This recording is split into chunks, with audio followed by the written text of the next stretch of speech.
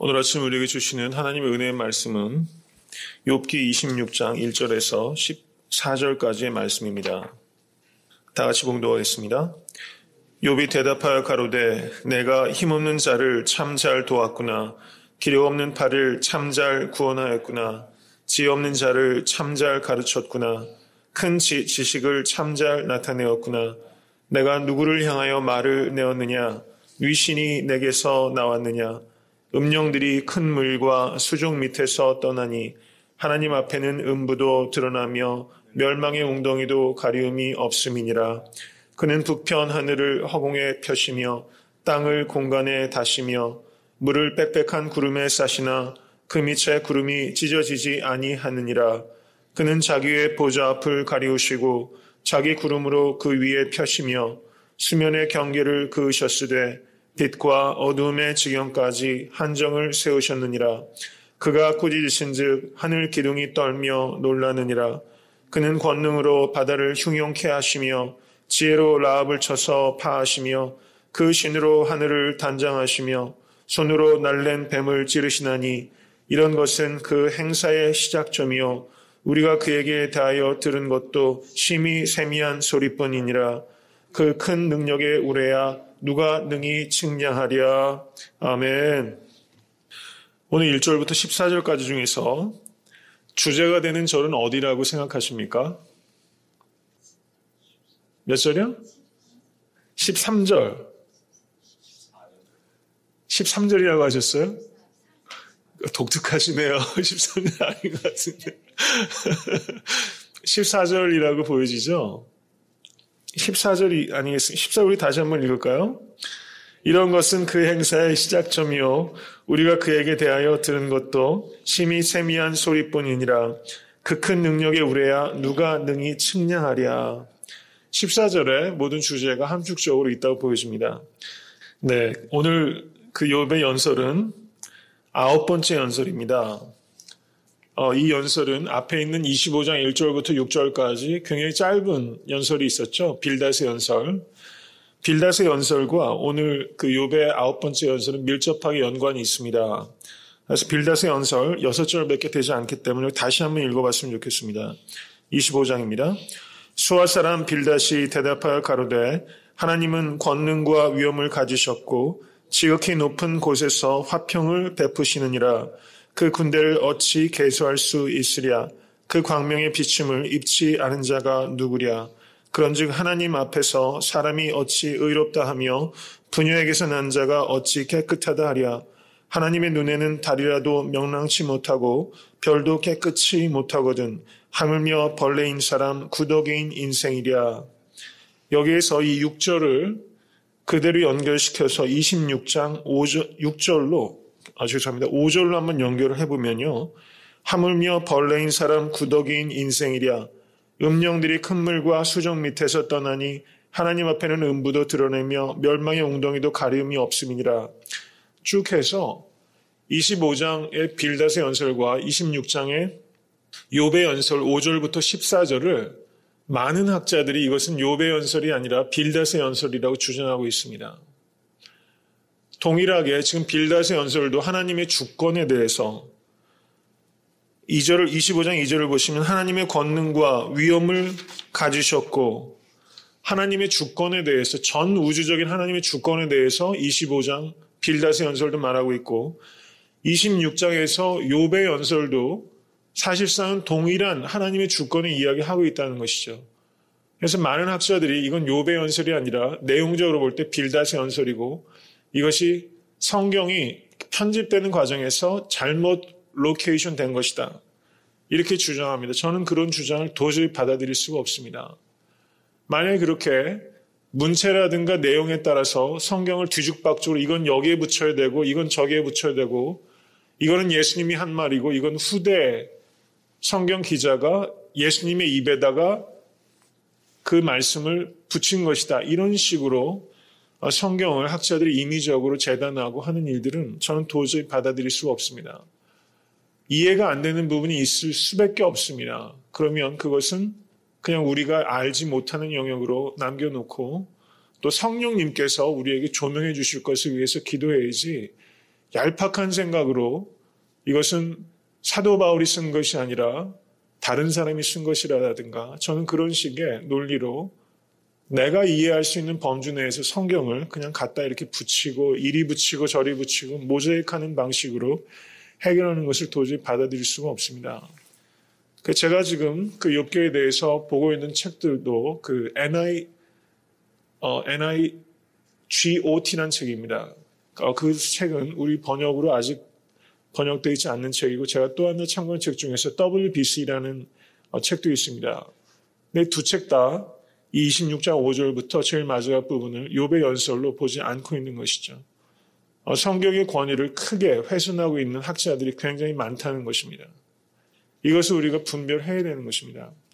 그래서 저는 이것을 좀 묵상을 하면서 어떻게 생각을 했냐면 동일하게 하나님의 주권을 빌닷도 말하고 있고 욥 역시 하나님의 주권을 말하면서 하나님의 행사의 시작점이요 우리가 그에게 대하여 들은 것도 심히 세미한 소리뿐이니라 그 능력에 큰 능력에 우려야 누가 능히 측량하랴.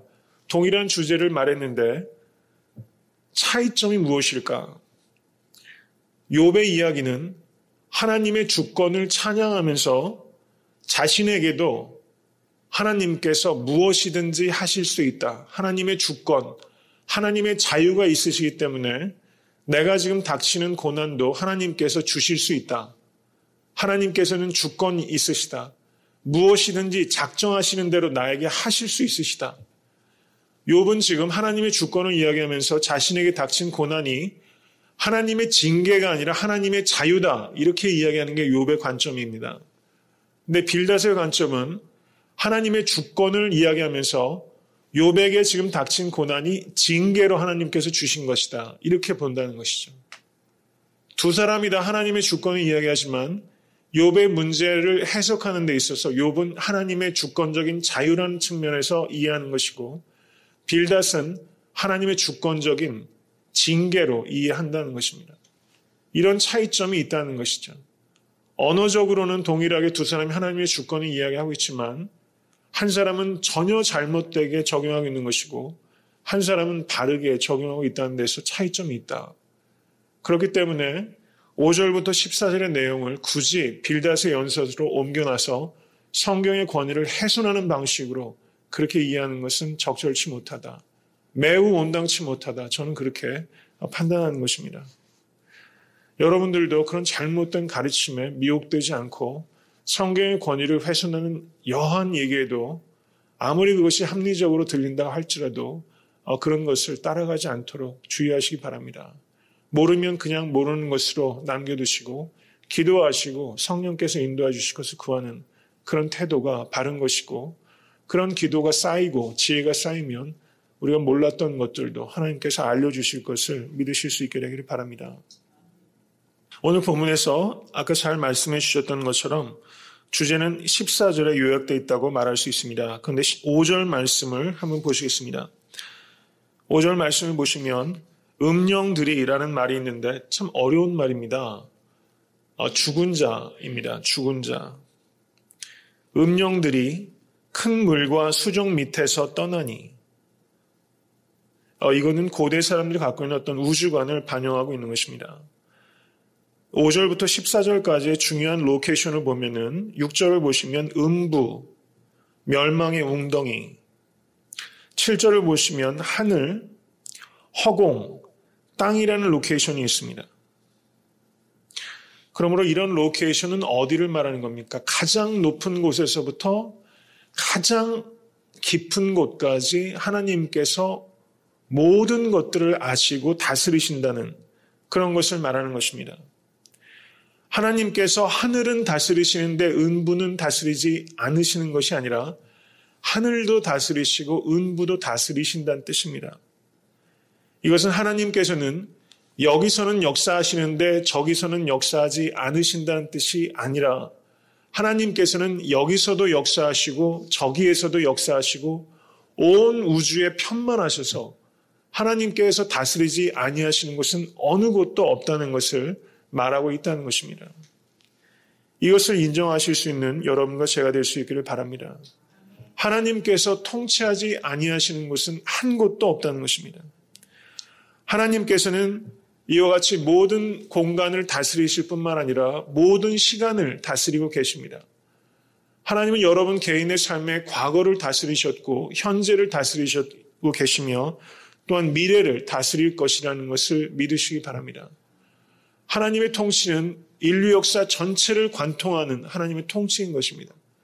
창세기부터 계시록까지, 창조로부터 새 창조까지 하나님께서는 모든 역사와 시간의 주인이 되신다는 것을 고백하실 수 있게 되기를 간절히 축원합니다. 그래서 14절은 그 행사의 시작점이요 우리가 그에게 대하여 들은 것도 심히 세미한 소리뿐이니라. 우리가 알고 깨닫고 보는 것은 너무나 세미한 것밖에 아니라는 것을 겸손하게 인정하실 수 있게 되기를 간절히 바랍니다. 하나님의 주권은 우리가 다 측량할 수 없는 것입니다. 그 큰 능력의 우레를 내가 어떻게 측량할 수 있겠습니까? 이것을 이 아침에 우리가 받아들일 수 있게 되기를 바랍니다. 저는 이 말씀을 보면서 특별히 5절부터 14절의 말씀은 하나님의 창조 역사와 연관되어 있는 그런 단어들입니다. 하나님께서는 6일 동안 창조를 하시면서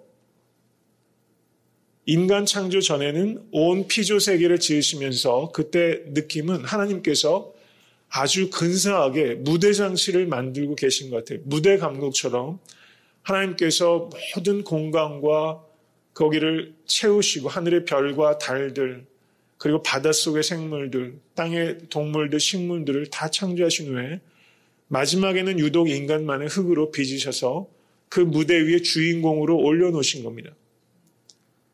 이 피조세계는 하나님께서 인간을 위해서 주신 것입니다. 그런데 무대가 온 피조세계라면 무대의 주인공은 인간인 것입니다.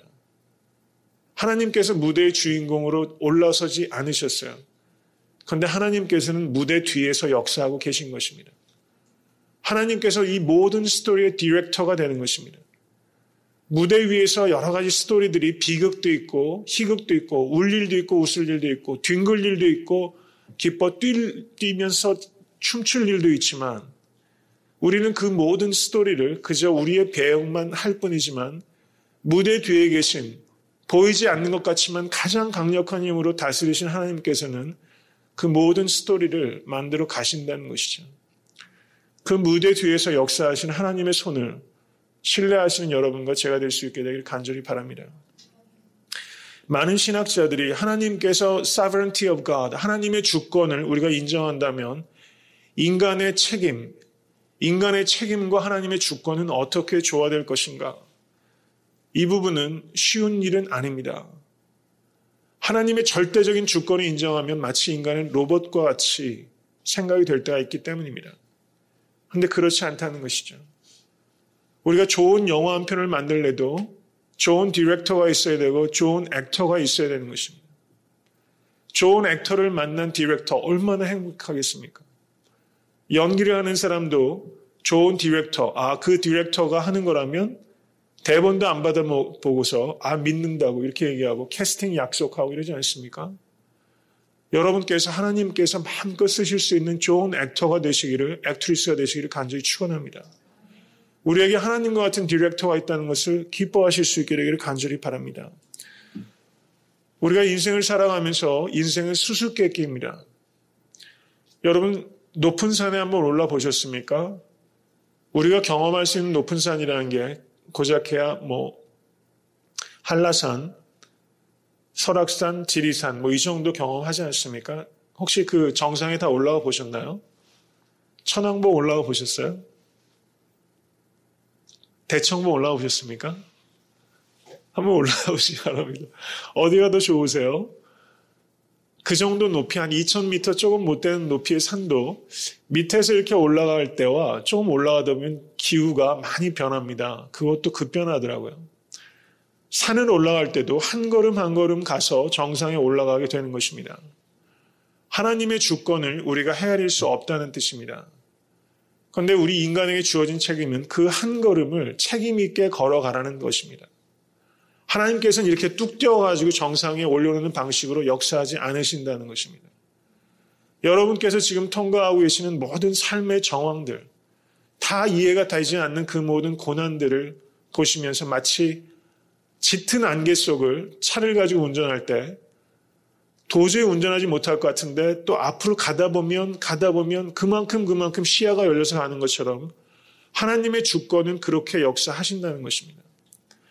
하나님은 예언자를 통해서 미래의 일들을 알아가게 하시지만 하나님께서는 아브라함에게 갈대 우르를 떠나서 가나안 땅으로 가라고 하셨지만 거기에서 구체적으로 어디에 정착하게 될지 무슨 일이 벌어질지 얘기하지 않으셨습니다.